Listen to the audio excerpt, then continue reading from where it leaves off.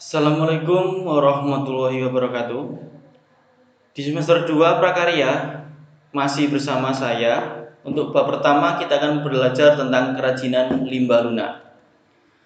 Bersama saya Pak Fitra, kita akan belajar kerajinan limbah lunak untuk pertemuan yang pertama.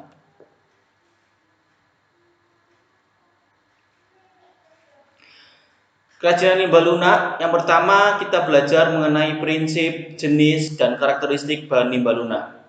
Yang kedua ada pengolahan dan proses produksi kerajinan bahan limbah lunak. Dan yang ketiga ada kemasan produk dan contoh pengolahan bahan limbah anorganik. Oke, kita langsung belajar ke yang pertama.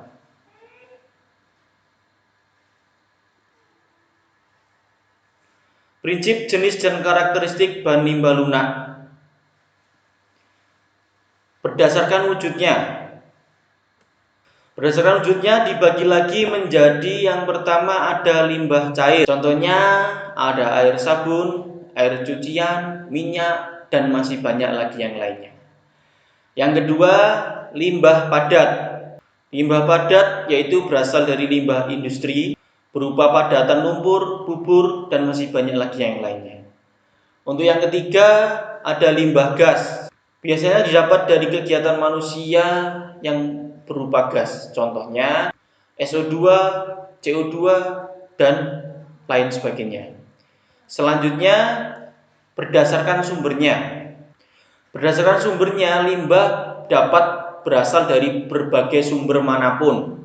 Contohnya pemukiman, industri, pertanian, pertambangan, dan sebagainya. Untuk yang ketiga ada berdasarkan senyawanya. Berdasarkan senyawanya dibagi yang pertama ada limbah organik. Limbah organik yaitu limbah yang dapat diuraikan kembali. Contoh kulit buah, kulit sayur, buah busuk. Nah, itu bisa diuraikan kembali. Untuk yang kedua, limbah anorganik. Limbah anorganik yaitu limbah yang sangat sulit bahkan tidak bisa diuraikan kembali. Contoh plastik, kaca, baja, ya. Selanjutnya untuk yang kedua, yakni jenis dan karakteristik bahan limbah lunak. Di sini hampir sama berdasarkan senyawanya tadi, yaitu ada limbah lunak organik dan limbah lunak anorganik. Oke, sampai di sini ada yang tanya kan? Oke, kita lanjut ke yang kedua, yaitu mengenai pengolahan proses produksi kerajinan bahan limbah lunak.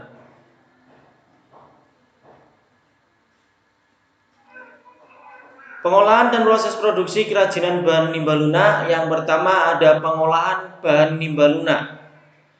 Jadi kita gunakan yang pertama ada reduce atau mengurangi. Nah, kita mengurangi bahan-bahan yang tidak penting, kita kurangi sebisa mungkin supaya tidak menghasilkan limbah. Untuk selanjutnya reuse, menggunakan kembali. Jadi barang-barang kita yang sudah tidak terpakai, kita bisa pilih-pilih mana yang masih layak untuk bisa digunakan kembali. Yang ketiga ada recycle, yaitu mendaur ulang. Jadi kita pilih mana bahan yang kita daur ulang supaya menjadi bahan yang mempunyai nilai lebih dari bahan sebelumnya. Oke, yang kedua yaitu proses produksi kerajinan bahan limbah lunak. Pengolahan bahan limbah lunak. Jadi limbah lunak bisa kita olah. Pemilahan bahan limbah lunak, setelah kita pilih mana barang-barang yang akan kita olah, kemudian kita bersihkan bahan tersebut. Kemudian setelah dibersihkan kita keringkan. Nah, setelah dikeringkan baru kita kasih warna. Setelah diwarna kita butuh pengiringan kembali. Kemudian baru yang terakhir yaitu penghalusan, bisa dikatakan sebagai finishing, supaya menjadi bahan yang lebih bagus lagi. Oke, untuk materi berikutnya mengenai hasil kerajinan limbah lunak. Jadi kita bisa membuat kerajinan dari bahan limbah lunak. Kerajinan limbah lunak anorganik. Nah, ada kerajinan limbah kertas. Nah, limbah kertas di sini bisa kita olah sedemikian rupa, bisa kita jadikan bubur kertas, kemudian kita cetak, bisa juga kita gulung-gulung kertasnya, kita buat miniatur kapal, dan masih banyak proses yang lain kembali.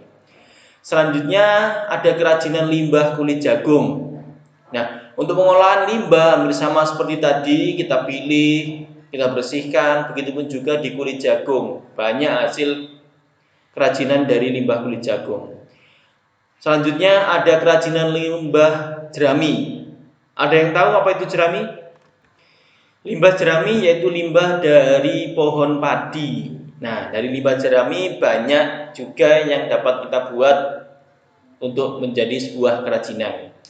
Selanjutnya ada kerajinan limbah pelepah pisang. Nah, dari pelepah pisang pun kita bisa juga membuat sebuah kerajinan. Tinggal bagaimana kita mempunyai kreativitas untuk membuat sebuah karya. Untuk yang kedua yaitu kerajinan limbah lunak anorganik. Di sini yang pertama ada kerajinan limbah plastik. Dari sampah-sampah plastik kita bisa membuat sebuah hasil, baik itu sampah plastik botol ataupun kantong plastik.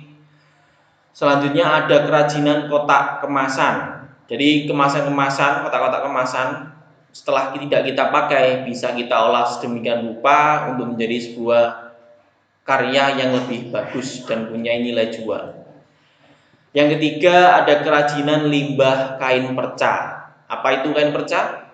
Ya, betul. Kain perca yaitu sisa-sisa potongan kain yang sudah tidak dipakai. Ya, mungkin dari para penjahit, bisa juga dari konveksi.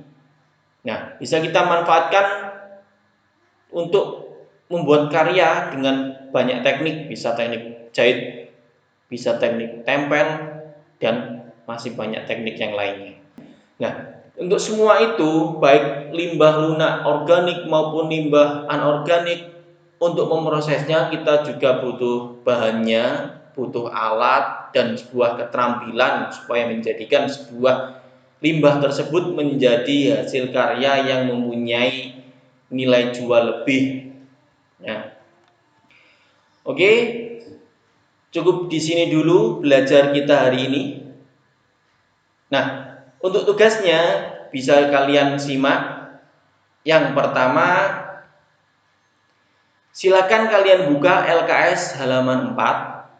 Di situ ada tugas individu 1. Nah, silakan dikerjakan. Untuk tugas yang kedua bisa dibuka LKS halaman 10, tugas individu 2. Langsung bisa kalian kerjakan di LKS masing-masing.